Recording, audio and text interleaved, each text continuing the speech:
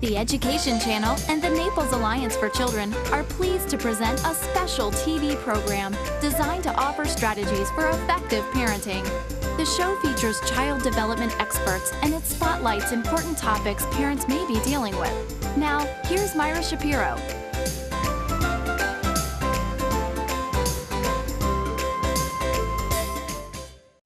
Naples Alliance for Children welcomes you to our parenting series that addresses issues that affect families in Collier County.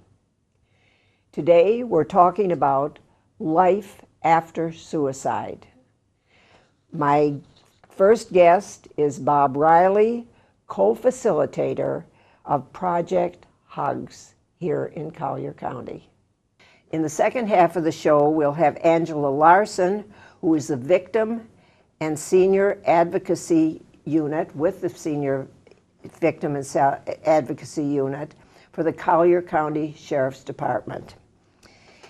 And I welcome you, Bob, to the first part of the show. I know you've been involved in suicide help for many years now, through your organization and through other organizations in town. And will you just tell me a little bit, your organization now is H.U.G.S, H-U.G.S. Can you tell me just what H.U.G.S is and what it stands for? Yes, ma'am. We wanted to put a name on it. People said, well, who are you? What are you doing? H.U.G.S stands for Helping Underserved Grieving Survivors. Every Wednesday night since 1987, we meet every Wednesday in our little town of Naples to discuss suicide. So to figure we have not missed a Wednesday night, it's a very serious topic, and I'm glad that you're addressing it and having us on today to talk about it. And Bob, this is something that has been going on in this community for so long.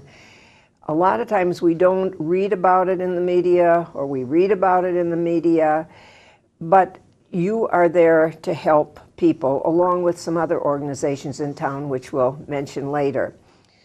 But you deal mainly with survivors. And the survivors, what is a survivor?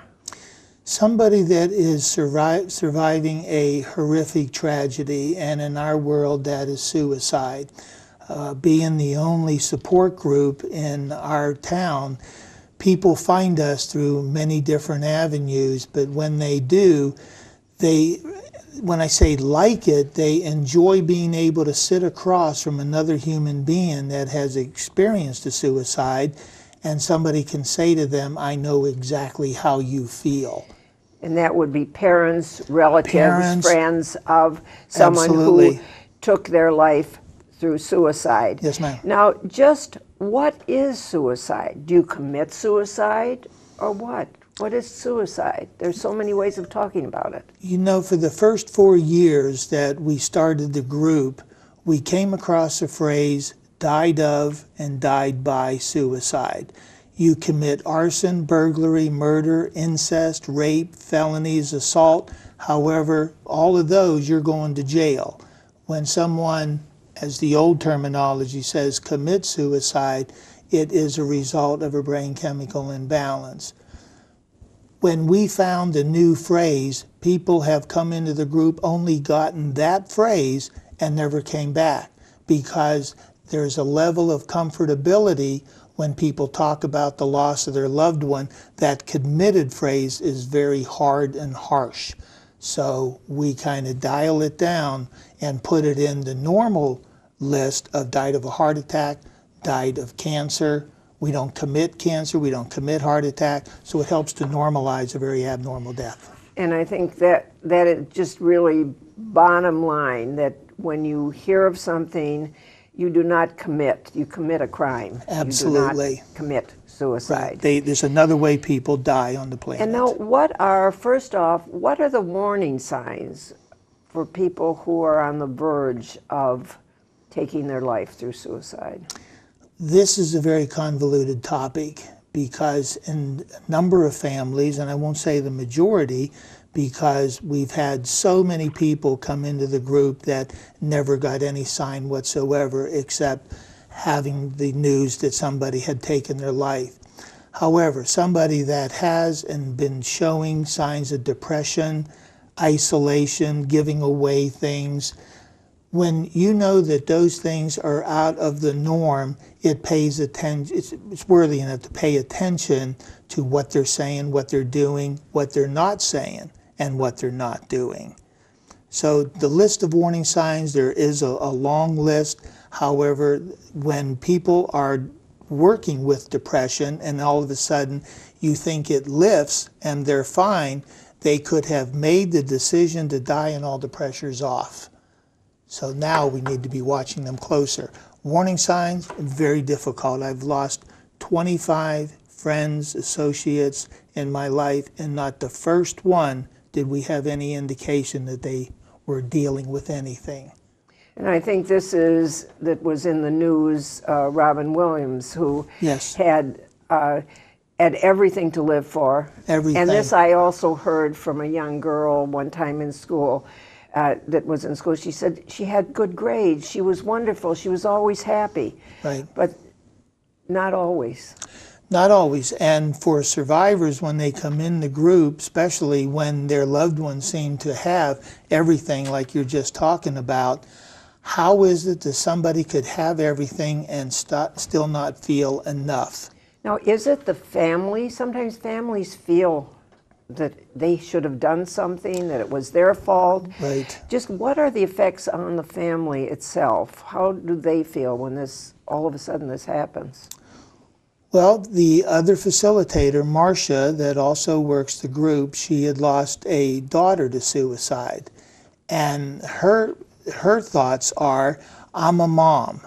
I needed to have seen it. I needed to have known about it. So they take personal responsibility, plus the guilt and the shame and the blame and sometimes anger.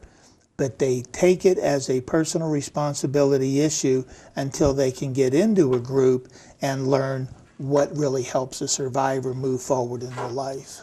Can you think they can do this by themselves? It's very difficult. We've had many people come into the group years later, and when they get there, they say it feels like it just happened yesterday because they got stuck. It is a different language that survivors talk in, and we lose people of many, many different ways. But when it comes to suicide, people are willing to give up everything and everybody because of emotional pain that they're feeling. And does the stigma of suicide, or is there a stigma to suicide? Very far-reaching, yes ma'am. The stigma that sometimes people are hesitant to re-engage people in communities, even in relationships. Spousal relationships become different. Sibling relationships become different because everybody grieves the loss differently. It's like fingerprints. Now, in the family or the friends of a suicide victim, what can they do? Could they have done anything before? Are there things that they should do or shouldn't do before or after? In my personal situation, the teenage girl that took her life back in '87, she was number 5 in my life, and I took that personal responsibility of what didn't I do, what didn't I see, and that was a reason for me to contact an organization to get started in doing grief work, because I didn't have any more knowledge about this on how to grieve. Is this a mental health problem? Yes, ma'am. So much is tied to mental health and people's emotional health, and to have somebody really sit across from them, because somebody in a family will not share the depth of their despair, so to keep people from being worried. But they'll suck it down and they'll push it down so they don't convey it to anybody. Some years ago, Bob, you told me, you gave me these, no one commits suicide, they die of depression. I've always remembered that. Yes. Now, can people realize, do they know when they are having depression? Do they know they're having a problem? Does the family recognize this? And then where should they go? Depression is tricky. People have died of untreated depression. People have died while being treated. What family members can do, friends, is to show up and listen. Do not judge what somebody else may be going through, because a person that is working with suicide ideation is looking at you real carefully and determining, can I share my deepest secret with, and what will they do with it? Because that's their number one fear. I'll be uncovered. So if they bring it to you, do not judge them. Do not try to get them to snap out of it. Listen and ask them, can we go and see somebody else, a professional, to get you help? It is one of the very first steps that can be done. Now, the big C, cancer, there used to be stigma to that, but now I think people accept that as a disease. Right. Do you think in the future will society accept depression and mental health problems as a disease? I think with the latest death that we had with Robin Williams and the depression that was coming out, there were so many articles, there were so many news reporters talking about it, and that was probably one of the biggest helpful things that has happened as far as hearing survivors in our group talk about what their experience has been. It's given them the opportunity to talk about their loss because they could tie it to Robin Williams.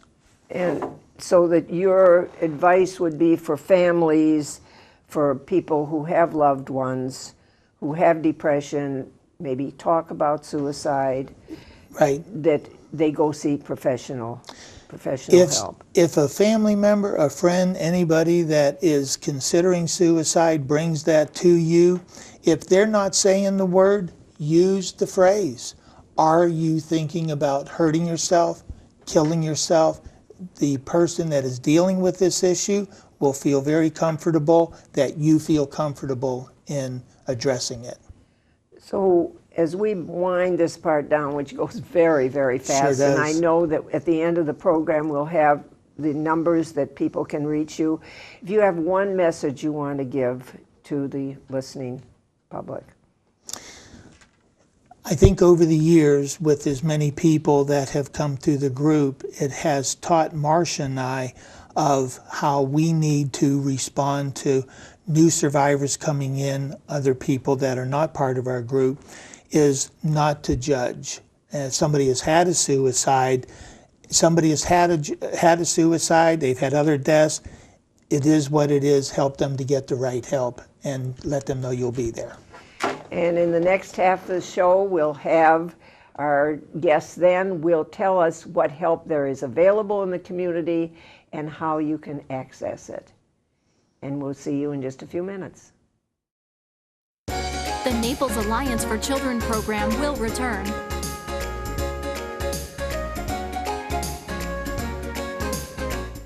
Are you concerned about your child and don't know where to turn? Naples Alliance for Children offers information and free referral services for Collier County children and families. Are you concerned about your child's progress in school, your child's behavior, physical growth, social and emotional development? Are you concerned about intergenerational issues? Contact Naples Alliance for Children, www.napleschild.org, or call 239-649-5260.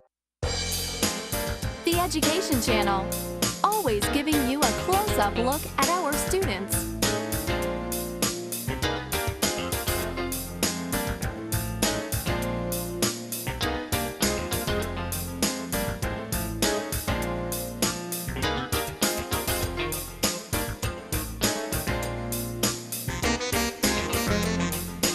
The Education Channel is your window to education. Now back to the Naples Alliance for Children TV show.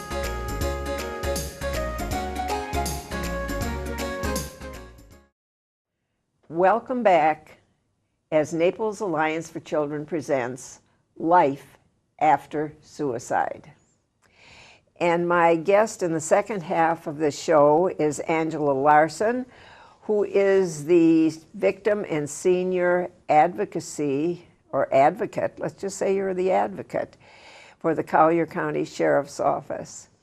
And welcome. I think we've sat here before a few years ago talking about maybe the same thing. Yes, we've been here before. And it's an ongoing problem. It'd be nice if things were different, but they're out there and people do need help. Absolutely.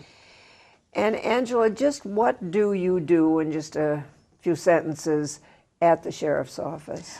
The Victim and Senior Advocacy Unit supports survivors of suicide, and since that's what we're speaking of, upon completion of a suicide, we might be called to the scene to provide support, information, and referrals to the family and friends that are dealing with the loss. Do you do anything before the fact? Not through my office, but the Sheriff's Office does assist people who are considering suicide.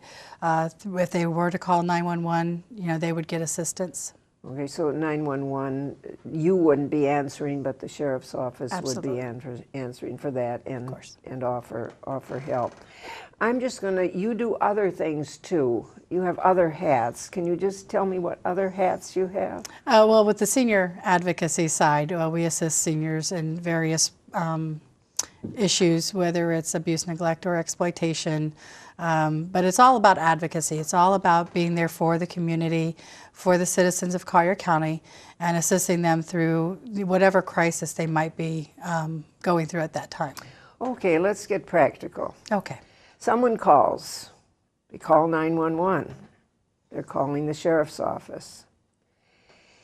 And they state, I don't know how they'd state it, but whatever it is, it implies that they're right in the throes of going to take their life through suicide, or that they're thinking about it. What is the response? Our dispatchers receive training, and what they will do is get as much information from that person and keep them on the line, try to talk to them, find out what they're experiencing, try to help them, and in the meantime, we will send officers to do a welfare check to see what they might be able to. What is a welfare check? Well, just to see what the status Their of the person. welfare. Right, of the caller. Yes, Okay. I'm sorry. No, that's all right. I just, welfare has so many names. Yes. So they will go out. Right, the officers will go out to the home or wherever this person might be to check on their well-being. How do they find out where they? That's one of the things that the dispatcher is trying to ascertain from the caller, is where they are at, and what's going on in their lives right at the moment. Do you have the ability, if you have the phone number, to trace that to? Most often, the home lines and cell phone lines now do provide direction for the officers so they can respond. Okay. So they call the office, they get the dispatcher who is trained in doing this, and she is dispatching whoever it is goes out. Right. As soon as they know where And, it is. and the dispatcher will stay on the phone with that person as long as they will allow, to try to make sure that they are safe. Okay, now what sort of training do these people have? Our officers all participate in crisis intervention team training. It's offered through the county, countywide, so it's not just the Sheriff's Office, but other law enforcement agencies can participate. And it teaches them how to best assist those that are dealing with mental illness or suicide, which is part of that sometimes. And they learn how to listen as well as facilitate a solution. So this is separate training that they're getting from professionals, so that if you call, you don't have an officer who doesn't know anything about this. Right. It's done in conjunction with the Naples, the National Alliance for the Mentally Ill of Collier County, and several other entities within the community that specialize in suicide or mental illness, and they are specially trained in a variety of mental illness areas. Before we sat down here, what's CIT? Is that involved in that? That CIT, And what is CIT? is the Crisis Intervention Team. That's what CIT stands for. With the Sheriff's Office. Right. Okay, and they're very highly trained people. They receive specialized training, yes, ma'am. Now, if someone should fear that a friend or a relative is considering suicide, what should they do? Well, and I think that if they're not, in the middle, or they're not saying, I'm going to do it now, certainly reach out to our local support organizations. Project Help has a hotline that people can reach out to. There is a special hotline for veterans, and of course the National Alliance for Mentally Ill. Let's just go back. Okay. Calls come in. I'm going to kill myself. Right. That's when the Sheriff's I'm going Office to kill will respond. myself. I've got everything here, and I'm going to kill myself. And just come here is because I know my wife, when she sees me, is going to be upset, and just be here to be with her. Okay. They call 911. Right. Okay. And then someone is sent out. Great. Now, that is if they fear someone at the moment, they're going to do it. Imminent danger. Yes. And from Bob intimated that believe them. Yes. Never say, oh, they're just kidding. Yes. And, if, as Bob indicated, having that frank conversation, being supportive, not judgmental, and seeking that professional help, reaching out to the resources within the community, professional agencies like the ones I mentioned, that's an appropriate time. Okay, now let's just mention the agencies again. If it's someone who you're fearing, they're talking a little bit, they're not right there, you're with them, what agencies are there that you should call? And at the end of the show, we will have links to the agencies that Angela's mentioning. If in a conversation between two people, whether it's family or not, and the other person is mentioning that they want to harm themselves, Project Help has a hotline that people can reach out to. Veterans Administration has an 800 number specifically for veterans. Of course, the Sheriff's Office. If you're not with somebody, but they're texting you or they're calling you on the phone saying, I'm going to do this at my home, you can call 911. Give us the address and we would respond. But if it's just the conversation stage where they're just testing waters or sharing information with you that they're considering this, we really want people to reach out for the help before it gets to that stage. And you mentioned the centers that would be in the community of David Lawrence. David Lawrence is, yes. And now what they take, just tell me what Baker Act is. A Baker Act is where a medical professional, law enforcement, could possibly, if the person is a risk to themselves or others, can take a person under a Baker Act to a receiving facility, such as the David Lawrence Center, to receive immediate urgent assistance. And that's crisis if assistance. Someone without, and then they take them and they're at the facility for a number of days. Right. And then you have NAMI available. Yes. And the Mental Health Association, which, and as you said, Project Help. Now, Bob spoke of H.U.G.S. That is with survivors of suicide. Right. When we work with survivors of suicide on scene, we try to provide them with the resources for themselves, for aftercare for themselves. And of course, we like to say that there are a lot of private psychologists, psychiatrists in the area that you can call, get a referral from a doctor. Right. And just as a plug for Naples Alliance for Children, we do have a resource directory, and along with the Mental Health Association that has a directory on mental health providers in the community, we also have for the profit and not-for-profit mental health providers that you can reach either by looking online or going and getting a directory. This, with a suicide before, is this a big problem in Collier County? I honestly don't know the statistics, but I know that we have a significant number. I think any number is a problem because if we can get them counseling and help, we certainly could reduce those numbers, in my opinion. And this isn't Personal just opinion. with kids, it's it's everyone. All age Teenagers groups. and seniors, Absolutely. everyone.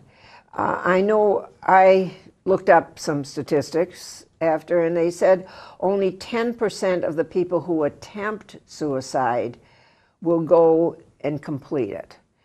And this is national.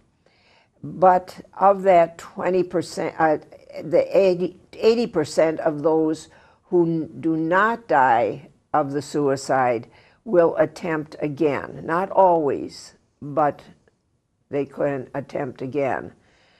So maybe that shows the real importance of getting help. Absolutely. After that would be after the fact also, but it's not necessarily has to be help if the suicide is completed. It is there. Absolutely. Do you have cases like that where you go out and? I've responded to suicide calls through my job, and the families are,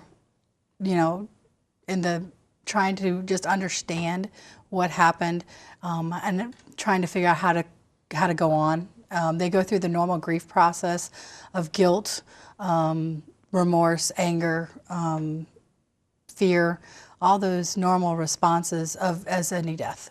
And this is, as you say, it's normal. This is not something that is a little bit crazy out there. This happens every day. And I'd also just going to ask you to, if you have a message from your standpoint to those listening, what would you ask the community to do as a whole and as people who are maybe facing the fact that a dear one of theirs may take their life of suicide? Well, as an advocate, I think we should advocate. I think we should take people serious when they are, in depression and stating that they are considering suicide.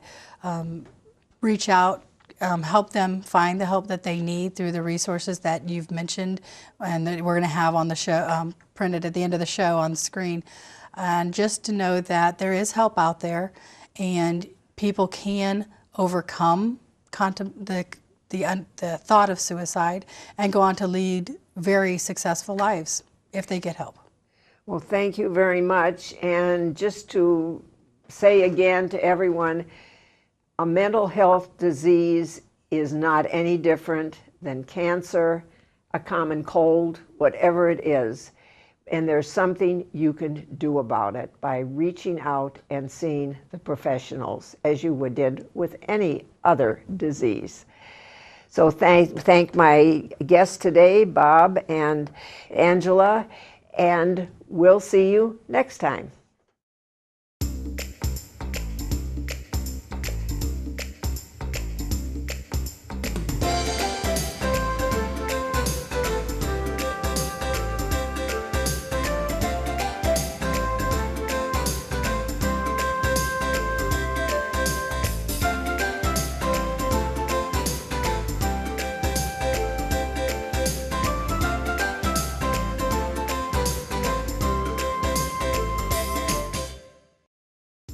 Thank you for watching the Naples Alliance for Children, presented by the Education Channel. If you have questions or comments for the show, please call 649-5260 or visit napleschild.org.